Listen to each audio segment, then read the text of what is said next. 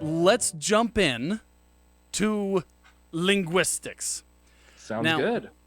first thing I want to take on, of course, is the stereotypes, right? Yes. Now, generally speaking, I think that when people hear linguist, what they hear is translator.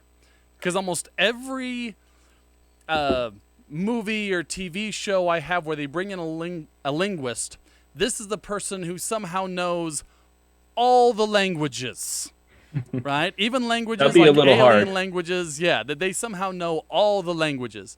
So, could you first start us out just kind of a foundation? What does a linguist actually do if they're not busy learning, again, all the languages? Well, first off, I'm going to say that it would be really hard to learn all the languages on Are there a Earth. lot of them, you're saying? More Well, than 10? let's say that we're in the thousands. In the There, thousands. there are, according to current estimates, about 65 to 7,000 languages spoken on the planet Earth. So these are spoken languages, not just languages we know of. Correct. Nearly Um, 7,000. correct. As far as documented languages go, we probably only have maybe 10% of those languages actually documented or less. 10%? Yeah, So 10% or there's less. like 6,300 languages that people are probably speaking. We just don't even know about it. Correct. And every day they're dying. So most of The those people, the languages, languages, or both? both. Oh, okay. Okay. So there's a little bit of both going on there, but for the most part, most languages have um, fewer than 1,000 speakers. Wow. Um, so, for example, there's some indigenous languages in the America that only have one speaker left. Oh, wow. So is this So, what linguists do? Do they go and they try to save these dying languages? well, that's what some do. So, as a general thing, linguists are concerned with the study of language and the science behind it. So, what is it that makes it possible for us as a species to speak a language? What are the biomechanical components that allow us to speak a language? Um, Whether that's physical, whether that's cognitive, all sorts of things. That's what a linguist does. Um, Now, within linguistics, there's a lot of different subfields. There are some which are called field linguists who go out and document languages, and So those that's those are the what they do. ones that are going to try to rescue those dying languages so they don't just disappear entirely. Correct, correct. And the term that we like to use is going dormant instead of dying, um, because there's always a chance that a language could be brought back from extinction. Okay. Are there records of that happening? Was there a language that nearly died and we resurrected it? Well, there's actually quite a few languages that have completely died out, meaning that they are no longer being taught to children. For example, Hebrew is the prime example of this.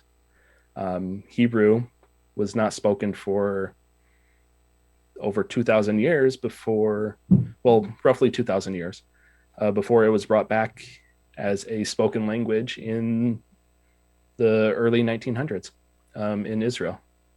So Well, let me ask this. How do we know or can we know? I guess you're the right person to ask.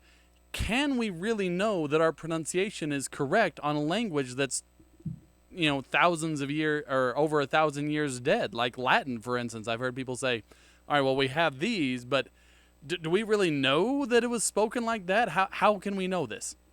so there's a few different ways that we're able to figure that out.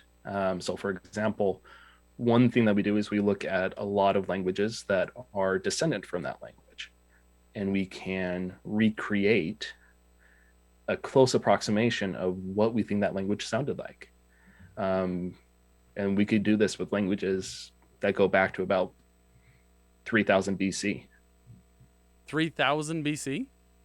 There's one language, language family called Indo-European that we have, as linguists, have reconstructed quite extensively.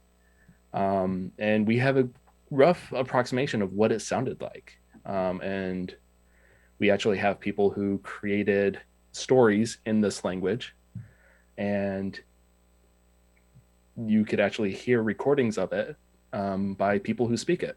Well, people who study it as a profession. So these are people who have studied a language that's been gone for what, over 4,000 years, 5,000 years? How would you call that?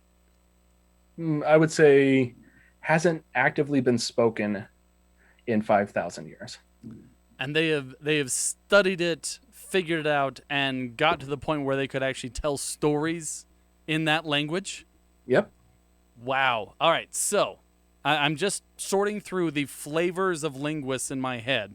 So we have the field linguists who are out there trying to gather data and trying to save some of the sleeping languages, or I think of them as dying, right? Yeah. But then we have what I'm going to call the paleontologist linguists, Yep. who are rebuilding.